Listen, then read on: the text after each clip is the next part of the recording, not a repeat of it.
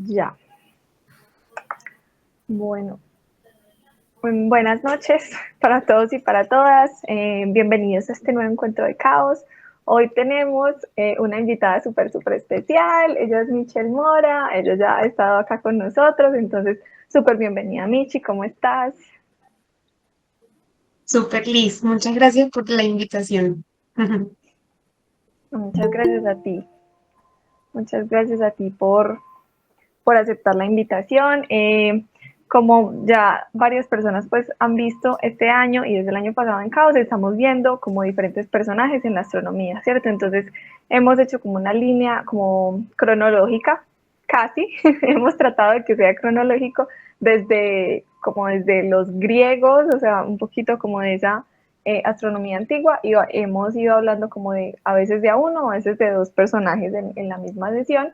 Entonces hoy, obviamente, que era el turno de esta maravillosa astrofísica, pues entonces, ¿quién mejor que para hablarnos de ella que Michi? Entonces, súper bien, venía Michi, ya. Los dejo con Michi. De una, súper. Me pueden interrumpir si tienen alguna duda, no hay problema. Como somos poquitos y tienen preguntas, también chéveres y puede ser como una conversación. Em, Hoy, entonces, esta noche les voy a hablar de Cecilia Payne, que es mi astrónoma favorita. Y en el recorrido de esta noche vamos a ir contando algunas historias de su vida y también unas cosas como más personales de por qué quiero tanto a esta astrónoma. Entonces, voy a empezar esta charla con esta cita que dice, esta noche vamos a hablar mucho más allá de los límites del sistema solar, porque esta charla se relaciona especialmente con el universo de las estrellas. Esta es una cita sacada textual de una de las charlas de astronomía básica que daba Cecilia ya cuando había pasado toda su carrera universitaria y carrera profesional y estaba ya en los últimos años de profesorado dando cursos de astronomía. Cecilia Payne nació en Reino Unido, pero vamos a ver más adelante que desarrolló su carrera profesional en Estados Unidos. Entonces, vamos a hablar de esa astrónoma y vamos a primero a contar un poquito de ese contexto en el que estaba ella inmersa.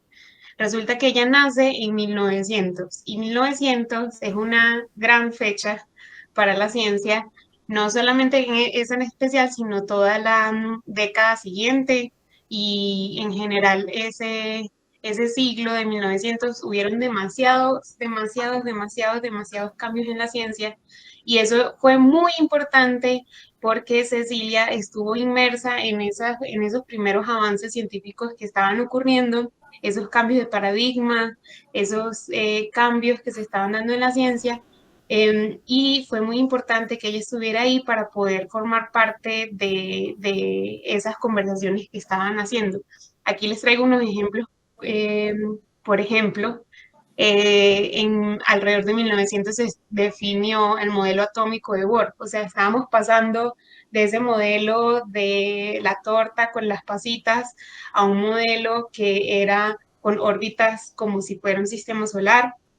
También, por ejemplo, estábamos hablando de radioactividad con Rutherford, entonces estábamos pasando a áreas de la ciencia mucho menos exploradas que la mecánica, por ejemplo, pero también estábamos viendo el movimiento desde otro punto de vista, con, por ejemplo, la relatividad especial de Einstein, que se propone en 1905, que cambió nuestra forma de ver el tiempo, por ejemplo, y más adelante íbamos a cambiar la forma en cómo veíamos la mecánica con la mecánica cuántica, en especial con Heisenberg, que haría uno de los postulados que definirían esta parte de la física. Entonces, sí, vemos que hay muchísimas cosas que utilizamos hoy o que vemos hoy cuando tenemos clases de ciencia que se fueron desarrollando en este periodo y es en este periodo donde Cecilia nace y donde empieza a formarse con un montón de teorías siendo descritas y propuestas en ese momento. Una de las cosas que a mí me sorprende mucho es que en 1919 No sé si han escuchado esta historia ya, si han hecho el recuento de científicos. Em, Tal vez ya la escucharon o si no se las cuento.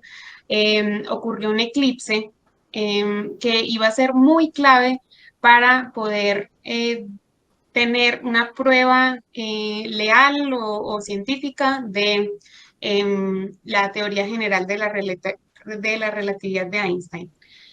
Resulta que él cuando propuso su teoría, muchas personas, incluso los periódicos, se burlaban un poquito de esa teoría, de que no podía ser comprobada científicamente, parecía. Y él diseñó un experimento en el que podía comprobar esta teoría utilizando un eclipse solar completo, un eclipse solar total. En 1919, varios científicos alrededor del mundo miran este eclipse e intentan tomar medidas para identificar si una de estas estrellas que vemos señaladas acá movía su posición justo en el momento de totalidad. Eso significaba, si se movía su posición, significaba que la luz de esas estrellas estaba siendo curvada por la masa, la gran masa del Sol que estaba siendo tapado por la Luna. Entonces, cuando hicieron estos experimentos es que se comprueba finalmente la teoría general de la relatividad que nos iba a hablar de cómo la masa curva el espacio-tiempo y de cómo hace cambios, ¿no?, en la trayectoria de la luz, por ejemplo. Y uno de los científicos que trabajó en esta comprobación de esta teoría fue Arthur Eddington. Y resulta que por una charla que él dio en Reino Unido sobre los resultados de ese experimento, Cecilia asistió a esta charla y quedó fascinada con todo lo que estaban hablando de astronomía, y es en ese momento que ella decide, ella siempre le gustó la ciencia en general, pero no sabía qué ciencia escoger, si biología, si químicas u otras, pero por la charla de Arthur Eddington comprobando la teoría general de la relatividad, Cecilia decide irse por la astronomía y empieza a hablar con este personaje que va a ser clave en su trayectoria finalmente. Entonces, imagínense ustedes si quieren contar su historia con la astronomía, que uno pueda decir que empezó por una charla de este estilo, em, de este impacto en la ciencia, como lo sería la teoría general de la relatividad. Entonces, Cecilia, a partir de Arthur Eddington, que era este señor, consigue contactos para poder trasladarse de la Universidad de Cambridge, donde estudió en Reino Unido, a Cambridge, en Massachusetts, en Estados Unidos. Ella hace todo ese viaje y empieza a trabajar como astrónoma en Estados Unidos ya. Y en ese momento ella empieza a desarrollar lo que ella llamaría una amistad cercana con las estrellas. Esta frase a mí me parece muy linda porque es esa cercanía que ella sentía con el cielo, con las placas fotográficas que analizaba, con los espectros que miraba y que cuestionaba. Hay estimados de que Cecilia pudo haber hecho más de 2 millones de observaciones al cielo para poder hacer la ciencia que terminó haciendo. Entonces, em, con mucho cuidado y con mucho detalle, ella analizaba cada una de esas estrellas y nos iba a contar una historia final que iba a cambiar para siempre lo que nosotros pensamos de la astronomía y de las estrellas en particular. Su asesor, el que le recomendó para que trabajara con ella, estaba estudiando unas manchitas que estaban en el cielo, como que no se veían así tal cual como las vemos en la imagen, sino que las podíamos ver tal vez como esta de aquí abajo, como más nubosas, y resulta que estaban esparcidas en el cielo en posiciones determinadas, y su asesor, que se llama, que tiene de apellido Shapley, estaba mirando si esas nubecitas que veía en el cielo estaban dentro o fuera de la Vía Láctea. Este es otro gran cambio que hay en la ciencia en estos años, como les contaba, que es el gran debate de astronomía, que es intentar calcular esas distancias a esas nubes y mirar si podríamos definir el tamaño del universo. Resulta que Shapley, el asesor de Cecilia, decía que estas nubecitas que estaban en el cielo estaban dentro de la Vía Láctea, que era imposible que el universo tuviera otros universos islas como nuestra galaxia, y por tanto él hizo unas mediciones y según las mediciones él había dicho que esas galaxias, esas nubes, ya les dije el spoiler, estaban dentro de nuestra Vía Láctea. Esta imagen es la galaxia de Andrómeda, que hoy sabemos que es una de las tantas y tantas y tantas galaxias que hay en el universo.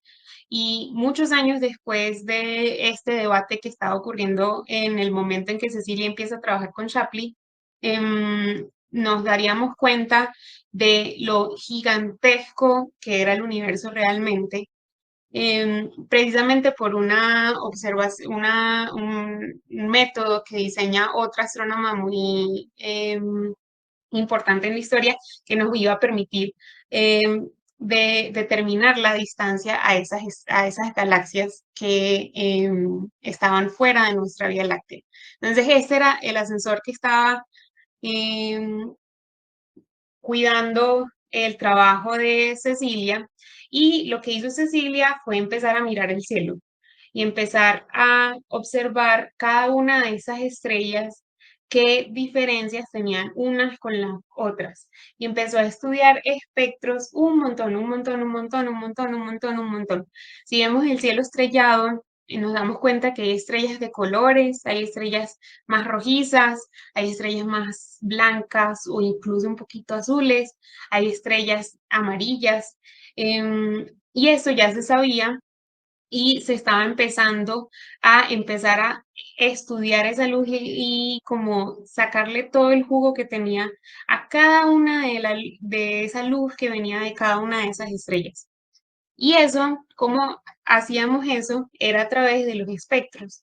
Resulta que si uno pasaba la luz de las estrellas por un prisma, digamos, em, lo que pasaba era que esa luz se dividía como un arco iris. Y ese arco iris iba a tener unas brechas, por ejemplo, que son como las que vemos acá. Este fue el primer espectro que se sacó del Sol, por ejemplo. Entonces, con la luz que teníamos de esa estrella, ahora teníamos un montón de información en los rojos, en los amarillos, en los verdes, en los azules, en los morados, y teníamos información adicional de esos huequitos que iban faltando en ese continuo que debería ocurrir. Entonces, esos huequitos nos iban a decir como un código de barras que información sobre la estrella. Si uno comparaba este espectro con el del Sol, con el de otra estrella, muy probablemente iba a ser muy distinto.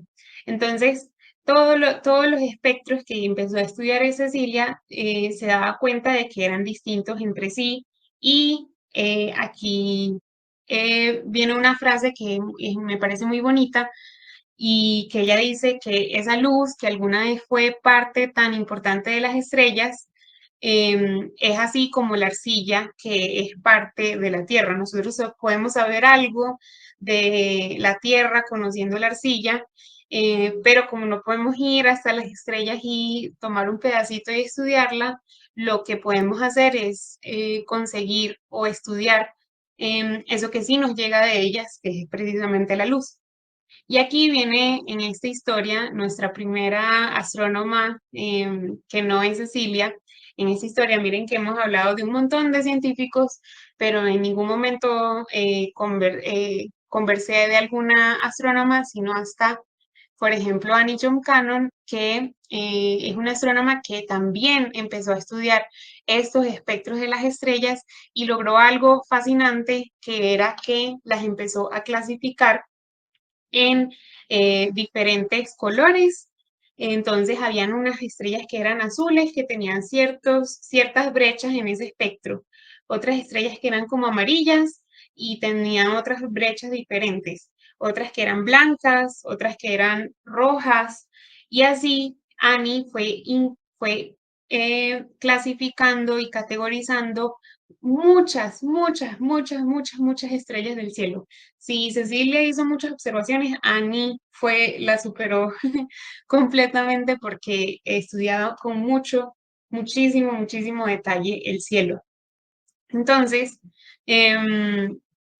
con la ayuda de Annie y con esa clasificación que ya se tenía, Cecilia empezó a utilizar esa clasificación para mirar qué más podía sacar de eso, qué más podía sacar de esos espectros, qué más se podía saber, si no solamente el color, o sea, podíamos saber la temperatura, podíamos saber qué más podíamos saber de todo esto.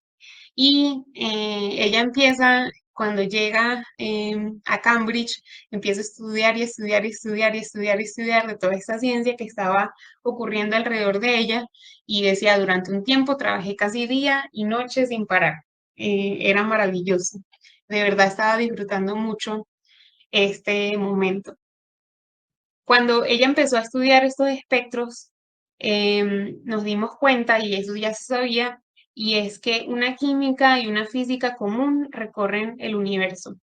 Cuando estudiábamos esos espectros del Sol, nos dábamos cuenta que esos códigos de barra, esas brechas que habían en el continuo del espectro, nos decía que en el Sol había calcio, que en el Sol había hierro, calcio como en nuestros huesos, hierro como en nuestra sangre, carbono como en los troncos de los árboles, había silicio. Entonces, todas las cosas que nosotros teníamos en la Tierra estaban también en las estrellas. No eran algo distinto a nosotros en el sentido. Y eso es algo muy impactante porque también es uno de esos cambios de paradigma que ocurre en la ciencia, y es que lo que está afuera es diferente a nosotros. Y realmente no es así. Lo que está afuera es parte de nosotros y de hecho cuenta nuestra historia también. Entonces, sabiendo eso, que de lo que está hecho el Sol está hecho la Tierra también, Cecilia dice, podemos saber entonces las abundancias de los elementos en las estrellas. Es decir, puedo saber si como una torta tengo los mismos ingredientes para hacer una torta y para hacer galletas, pero tienen diferentes mezclas. Algunas pueden tener más harina, otras pueden tener poquita mantequilla, y eso va a hacer que se creen dos recetas completamente diferentes, dos postres completamente diferentes. Eso mismo pasa con los elementos químicos del universo. Tenemos el Sol y tenemos la Tierra, pero ¿cuáles son los porcentajes o el gramaje de cada uno de esos elementos que nos componen? Podemos saber qué tanta abundancia hay de hierro o de oxígeno o de hidrógeno en las estrellas y compararlo con lo que sabemos de la Tierra. En este momento se pensaba que estábamos compuestos de lo mismo, incluso que las abundancias eran lo mismo, y que el Sol lo único que pasaba era que estaba demasiado caliente. Y es que si uno calentara la Tierra a la temperatura del Sol, que son casi 6.000 grados, obtendría un espectro muy similar a ese que les acabo de mostrar.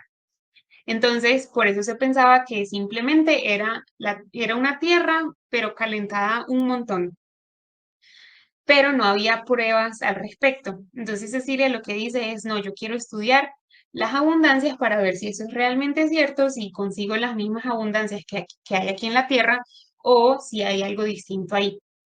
Y empieza a estudiar esto, y empieza a mirar un montón de espectros, un montón de información de cada una de las estrellas, y empieza a hacer un paper que iba a hacer sobre atmósferas estelares porque finalmente todo estos espectros que veíamos eran solamente de la atmósfera de las estrellas y todavía nos costaba y nos iba a costar mucho más saber qué ocurría en el centro de esas estrellas, qué iba a pasar allá adentro. Entonces nos estábamos enfocando solamente en esas atmósferas o en esa parte externa de la estrella. Ella empieza a estudiar esto un montón y se da cuenta de que todo era muy parecido, menos el hidrógeno y el helio. Teníamos carbono muy parecido, hierro muy parecido, oxígeno muy parecidos en abundancia, como la misma cantidad de esos elementos estaba tanto en la Tierra como en el Sol, pero el hidrógeno y el helio sacaban unos picos de abundancia que ella se sorprendió mucho al conseguir esto. Muchísimo, muchísimo, muchísimo. Y es que este trabajo es impresionante, el que ella hace, porque está utilizando teorías que ni siquiera han sido publicadas aún. Está utilizando ecuaciones de un científico que se llamaba Saja, estaba hablando de mecánica cuántica o de efectos cuánticos cuando no se sabía mucho sobre estos efectos, estaba hablando de ionización y teorías de ionización que no estaban siendo estudiadas ampliamente. Y ella empieza a utilizar toda esta literatura que empieza a revisar y revisar y revisar para crear este artículo y revisar con mucho detalle, con mucho, mucho detalle, si esas abundancias que les estaban saliendo eran realmente ciertas. Resulta que a ella le sale en esos espectros que el hidrógeno y el helio están 1 millón de veces más en el Sol o en las estrellas que lo que está aquí en la Tierra. Eso era impresionante, impresionante porque eso significaba que entonces las estrellas eran bolas de gas caliente con restos, con polvito de otros materiales como los que estamos hechos acá. O sea, si las estrellas eran esa torta hecha de hidrógeno y helio, el carbono, el oxígeno, todo de lo que vivimos era como esa azuquita que le ponen encima a las tortas, era nada, era un polvito encima extra, pero las estrellas eran bolas de gas. Ella, sorprendida ante este descubrimiento, le cuenta a su asesor Shapley y Shapley habla con otros pares, entre ellos Henry Russell, que tal vez lo han escuchado mencionar del diagrama em, ay, se me olvidó el primer nombre, pero un diagrama de Russell que Hertzsprung-Russell. Russell, sí, sí, sí. Gracias, Liz. Que nos habla sobre cómo clasificar las estrellas y mostrarlas en un diagrama. Es un diagrama increíble donde podemos ver la vida de las estrellas, la evolución de las estrellas, los colores, las temperaturas, los radios. Tiene demasiada información y él formó parte de los científicos que estaban haciendo este diagrama y cuando le cuentan lo que había conseguido Cecilia, Henry dice, absolutamente no, eso no tiene sentido, no tiene sentido que el Sol sea una bola de gas, o sea, ¿cómo el Sol va a ser una bola de gas? Eso no tiene sentido.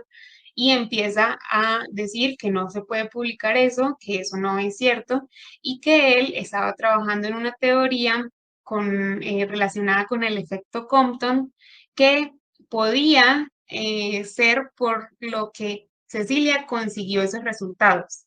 O sea, que seguramente ella consiguió que el hidrógeno y el helio eran más abundantes por la teoría que él estaba desarrollando. Entonces, es muy impactante porque este paper y luego lo que se convertiría en una tesis impresionante que se conoce como una de las tesis más brillantes en la astronomía, termina las conclusiones diciendo que la notable discrepancia entre las abundancias astrofísicas y terrestres se muestra en el caso del hidrógeno y el helio La enorme abundancia de esos elementos en la atmósfera estelar es casi con toda seguridad falsa.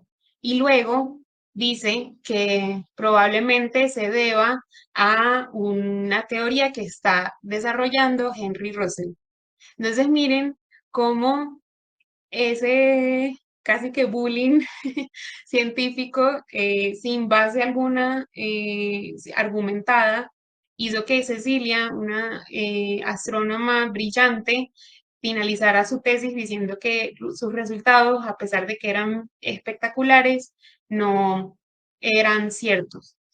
Entonces, es la historia de la ciencia, porque para las mujeres que es difícil, pero también es lo que ha pasado, y es que Henry Russell años después hace el mismo experimento y consigue los mismos resultados que Cecilia, y luego empieza a decir que realmente están hechas de gas y de hidrógeno, y menciona a Cecilia como, ah, bueno, esto le había tocado, pero cuando la comunidad científica empieza a hablar de este descubrimiento, citan es a Russell, y citan a Russell, y citan a Russell, y citan a Russell, y claro, Cecilia queda más aburrida, pero finalmente años después, muchos años después, con todo la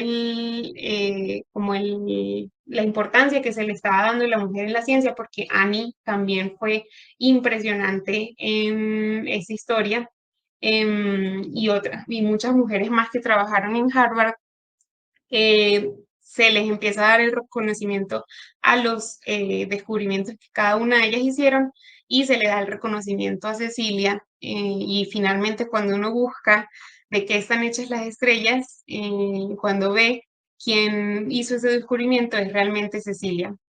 Pero eso generaba claramente un ambiente em, muy poco amigable para las mujeres. Ella citaba o decía que durante los últimos 4 años he tenido momentos muy infelices en Harvard. Esa felicidad que sentía de trabajar y trabajar día y noche, claro, ya dentro de ese contexto donde se veía tan aporreada, em, estaba cambiando esos sentimientos y le pide a su asesor tres cosas. Una es un aumento de sueldo, otra son 3 meses de vacaciones en verano, durante los cuales debería ser libre para trabajar, preferiblemente en algún otro observatorio. Y la última es algún intento de ayudarme a encontrar en compañía de mis iguales intelectuales. La tercera exigencia es inespecífica e insatisfactoria, pero representa una necesidad genuina. Y es que a pesar de que Cecilia estaba haciendo esos descubrimientos impresionantes, se veía relegada y se veía en una posición muy distinta a los que realmente eran sus pares. Entonces, ella comentaba que cuando se les presentaban astrónomos, era porque conoció primero a la esposa y luego la esposa le presentaba al astrónomo, pero no tenía ese contacto constante como debería ser en una universidad donde puedes hablar con tus pares. Entonces realmente fue algo difícil para Cecilia sobrellevar este montón de estereotipos sobre las mujeres y también de costumbres que se tenían sobre el trabajo de las mujeres que estaban teniendo en ese momento. Una última historia que les quería contar de Cecilia es que, ya esta es como más personal, es que en 1975 sale esta publicación en Scientific American que mostraba un remanente de supernova en rayos X. Y un amigo de Cecilia, sabiendo los gustos que ella tenían, porque a ella le gustaba el arte y le gustaba la literatura, y también sabía que le gustaba tejer, el amigo le dice, ¿por qué no hacemos algo con esto? ¿No te gustaría hacer algo artístico respecto a esto? Y Cecilia emprende un proyecto que va a ser de bordado y empieza a hacer un patrón de ese remanente de supernova Y su amigo dice, aquí está una de las científicas más grandes del siglo XX, embarcándose en un meticuloso proyecto artesanal utilizando una forma de arte antigua para celebrar la ciencia y deleitar a un querido amigo, inmortalizando un evento astronómico que tuvo lugar cientos de años antes, a miles de años luz de distancia. Estaba utilizando el mismo em, computador que veía estas imágenes astronómicas para hacer un patrón bordado y finalmente hace este bordado que me parece muy bello y que también me parece muy lindo como personalmente porque es el remanente de supernova de Casiopea A, que cuando estaba haciendo la tesis en el pregrado, justamente estaba haciendo una simulación del cielo y había una parte del cielo que era muy brillante, muy brillante, muy brillante, y yo no entendía por qué, porque eran simulaciones en otra longitud de onda, no la que vemos, sino en otra que se llama, que es de radio, y había una región muy brillante, muy brillante, muy brillante, y como uno no puede verlo, no sabía qué era, hasta que busqué un mapa del cielo en radio, y es justamente esta supernova, que me parece muy bonito que estuviera conectado con mi tesis, porque es el objeto en radio más brillante del cielo como particular. Entonces, por eso también quiero tanto esta astrónoma que ha significado tanto para muchas personas y quería dejarles con esta última frase que la dice Cecilia ya en sus últimos años y dice, he alcanzado una altura que nunca debería en mis sueños más locos haber predicho hace 50 años. Ha sido un caso de supervivencia, no del más apto, sino del más obstinadamente persistente. No estaba apuntando conscientemente al punto al que finalmente llegué. Simplemente seguí avanzando, recompensada por la belleza del paisaje, hacia una meta inesperada. Yo siento, y ya esta es una reflexión más personal, que sobre todo las mujeres que trabajaron en este periodo, incluso muchas de las mujeres que trabajan en el periodo actual, llegan a donde llegan porque han sido obstinadamente persistentes. Y es un caso de supervivencia también. No es de la más apta o del más apto, sino porque realmente la ciencia se vuelve un espacio como con tantas presiones que finalmente termina siendo una cosa muy importante la persistencia, quedarse ahí a pesar de que no reconozcan que tú fuiste la del descubrimiento, a pesar de que no te paguen bien, a pesar de que las vacaciones que tienen sean poquitas.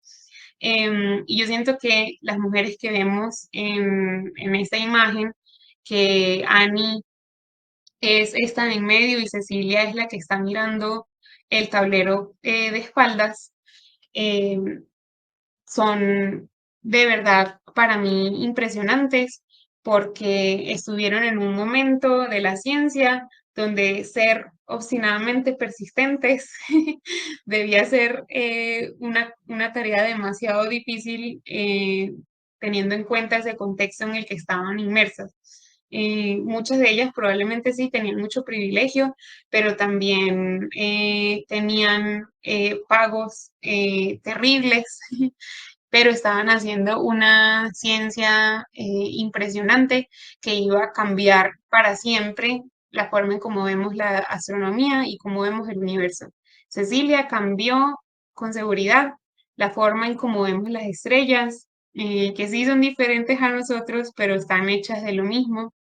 Y cambió también Annie esa perspectiva que teníamos del cielo, por astrónoma sabemos a qué distancia estaba Andrómeda finalmente, sabemos la temperatura de las estrellas, o sea, sabemos cuánto tiene de temperatura el Sol. Entonces siento que estos 1900 también traen un montón de astrónomas que trajeron un montón de ciencia y que afortunadamente hoy conocemos sus nombres y que fueron lo suficientemente persistentes para continuar haciendo ciencia y abriendo camino para nosotras y muchas más astrónomas que vienen en el futuro. Entonces sí, espero que hayan disfrutado y quería dejarles dos referencias que, de las que me usé para esta charla. Una es un libro, está en inglés, pero de verdad es espectacular. Yo no me lo he leído completo, pero tiene muchas cosas muy lindas, que es una autobiografía que hizo Cecilia. em, y tiene como un prólogo por su hija, entonces también es ver a Cecilia desde otra vista. Y otro artículo que me encanta, que de una página que también les recomiendo mucho, ya se los voy a poner en el chat, que se llama The Marginalian, en donde encontré esta historia de los bordados de Cecilia. Entonces espero que hayan disfrutado y si tienen alguna pregunta me cuentan y estaré contenta de responderles.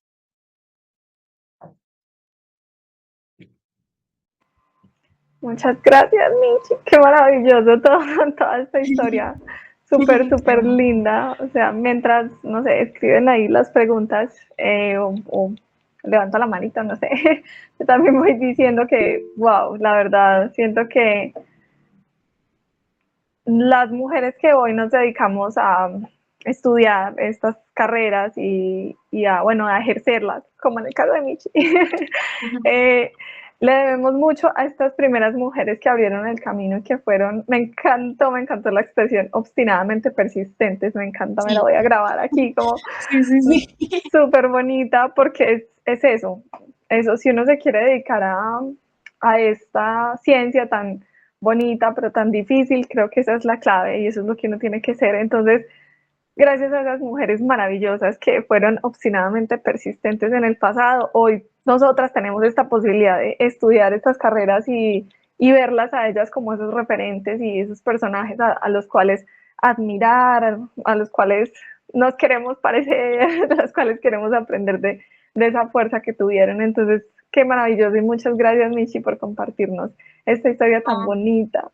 gracias a ti, Liz. Sí, a mí me encanta y también porque siento que una veces siente eso, que hay muchas como barreras, que uno siente que está como, ay, Dios mío, pero ¿por qué no llego allá? Y ve esos referentes y siente como que está acompañada, no sé, a mí me hace sentir así. Entonces eso es bonito y espero que les quede a todas y todos. Y no solamente como mujer, sino como persona. Recordar que la ciencia también a veces requiere ser obstinadamente persistente. Así es, así es.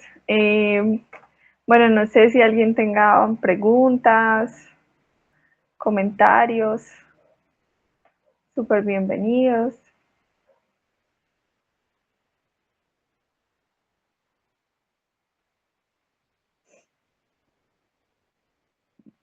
Bueno, ahí Alexia nos dice, muchas gracias Michelle por tu charla, me encantó y me gustó mucho la historia.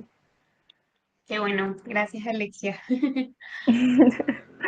No, súper bonito, de verdad que una historia muy linda. Bueno, hoy estamos más callados y menos preguntones, pero bueno, espero que les haya gustado un montón. Yo siento que fue de verdad muy, muy inspirador. Salgo de acá como me voy a poner a estudiar ya mismo y a ser obstinadamente persistente a llegar a algún lado. Entonces, no, muchas gracias, Michi, de verdad, y aprovechenla, por favor.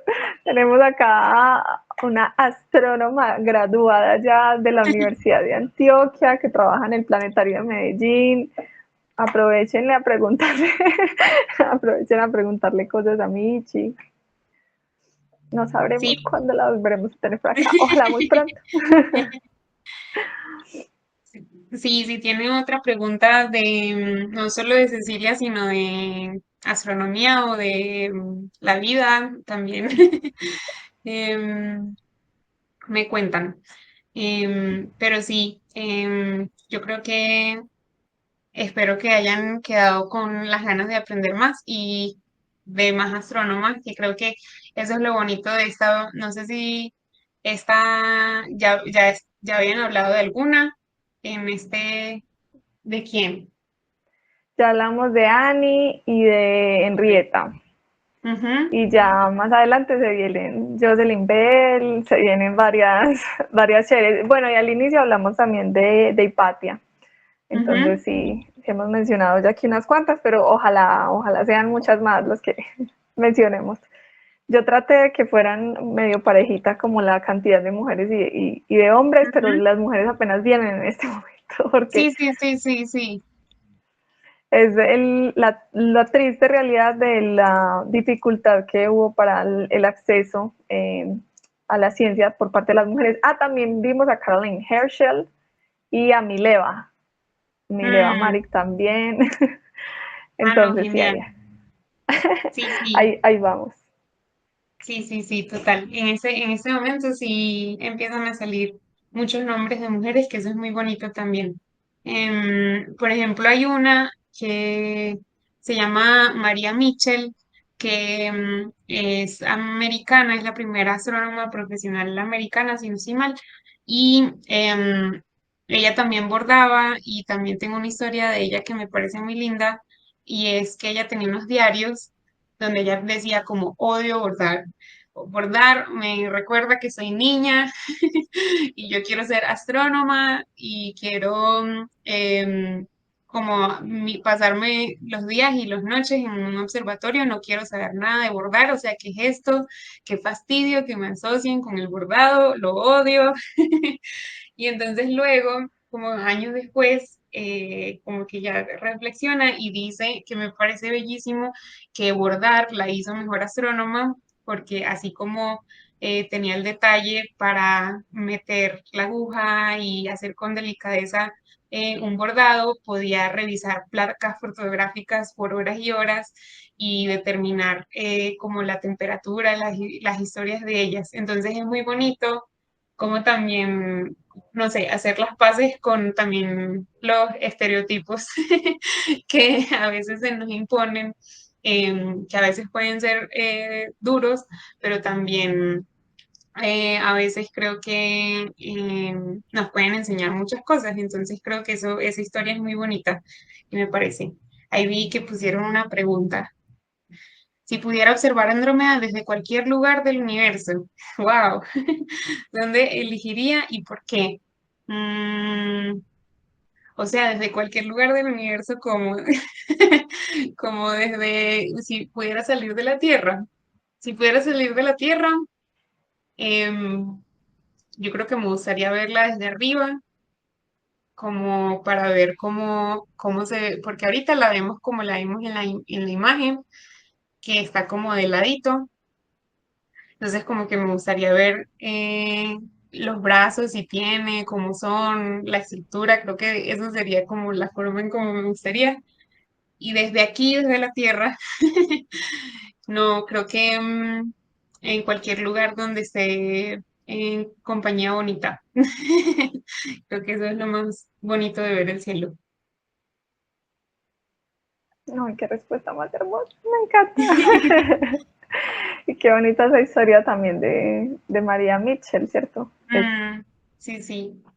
Me parece bonito y siento que es, no sé, me veo un poco reflejada en esa historia de alguna forma, porque siento que uno como mujer también tiene un poquito esa pelea de no quiero ese encasillamiento en lo femenino, en lo que se espera de mí, pero luego ya uno como que más adelante, más maduro, no sé, ya uno como que dice, como que abraza esa parte de uno y abraza también esa, no sé, esa feminidad y ese que puede ser o no puede ser impuesta, pero hay un montón de cosas de esas impuestas que a uno le gustan, no sé, a mí me gustan las Barbies, me gusta el morado, me gusta como esas cosas que uno de pronto en algún momento lo asoció como esto es impuesto y no lo quiero, entonces me parece súper bonito y me parece una reflexión muy interesante, ya desde ese punto de vista más científico me parece una reflexión súper linda. Sí, sí, Entonces, sí, de acuerdo, Liz. qué bonito, qué bonito. Y qué bonito que podamos hablar de estos temas acá en estos espacios y por eso teníamos también en la sesión pasada, en la celebración del Día de la Mujer y la Niña en la Ciencia, a nuestras compañeras también, Jimena y Diana, que nos estuvieron compartiendo también como sus trabajos y también hablamos sobre el papel de las mujeres en la ciencia, sobre que la academia todavía es un lugar un poco hostil Mm, también para las mujeres y pudimos hablar, hacer esa reflexión también sobre cómo se siente uno como mujer en la academia, como con esa necesidad de resaltar y es como, ¿por qué hay que resaltar? ¿Por qué hay que mm. mostrarse como que uno es mejor que el otro? Como esa competencia que a veces le meten a uno en la cabeza que es como innecesaria. Sí, sí, completamente. Bueno, ahí Amalia hizo otra pregunta. Si pudiera conocer alguna astrónoma, ¿a quién elegiría? Bueno, a Cecilia primero porque la amo, pero creo que también me gustaría ver a Rubin. Creo que me parece como fascinante su historia y también en el pregrado, en una de las últimas materias, nos pidieron recrear las gráficas que ella hizo para mirar la existencia de materia oscura y yo siempre quedé como, no puede ser que estoy recreando lo que ella hizo, o sea, me pareció un ejercicio demasiado bonito de que me pusieran a hacer. Entonces, como que me gustaría conocerla a ella. Y actual, em, no sé, actual sí me da como nervios. Creo que hay muchas personas. Pero por ahora, creo que diría a Teresa Paneque, que es una divulgadora chilena que hace unos libros espectaculares para niños. Y tengo uno que se llama El universo según Carlota, que es demasiado tierno, demasiado lindo, que te enseña de la amistad, pero del sistema solar también. Entonces, creo que la escogería a ella, Teresa Panique. Ay, me encanta. Como de mis divulgadoras favoritas. Tere es Sí, espectacular también. popular. Bueno, Ujú. y de hecho, por cierto, por ahí hay mucha difusión con respecto a lo que está pasando en el desierto del Atacama, Mm, para que todos firmemos esa petición que hay por ahí sí, de que no avancen con ese proyecto porque están en riesgo los cielos chilenos, que son los mejores del mundo para hacer observación. Entonces, eso, muy bien. Que ya tenemos firmantes por acá, bueno, para que estén pendientes ahí de las redes de Tere. Es más, voy a ver si ahorita en el grupo de Caos les comparto pues como el link directamente, porque realmente sí es algo, una situación muy, muy difícil que está sucediendo con los cielos de Chile y no se puede permitir. Necesitamos seguir haciendo astronomía desde esos maravillosos cielos. No sé, la verdad, si se puede firmar siendo menor de edad. Yo creo que ahorita, cuando terminemos la sesión, reviso y en el grupo les escribo, les mando la información. Amalia, estás en el grupo de WhatsApp. Si no, yo les mando ahí el link para que se unan al grupo de WhatsApp y ahí continuamos con la historia. Ah, bueno, listo. Entonces ahorita les escribo por el grupo. Bueno, chicos y chicas, no sé, no siendo más, yo creo que vamos terminando por hoy. Muchas, muchas gracias a Michi, de verdad, maravilloso, maravilloso toda esta historia. Muchas gracias por responder todas las preguntas, por compartirnos esto tan bonito y esos diapositivas tan hermosos, me encantaron. súper. Bueno, muchas gracias Michi y muchas gracias a todos y todas las que asistieron hoy. Nos vemos en 15 días para seguir hablando de personajes en la astronomía. Feliz Súper. noche. Muchas gracias, Liz, y gracias a todos por escuchar. Que les vaya muy bien. Gracias igual. Chai.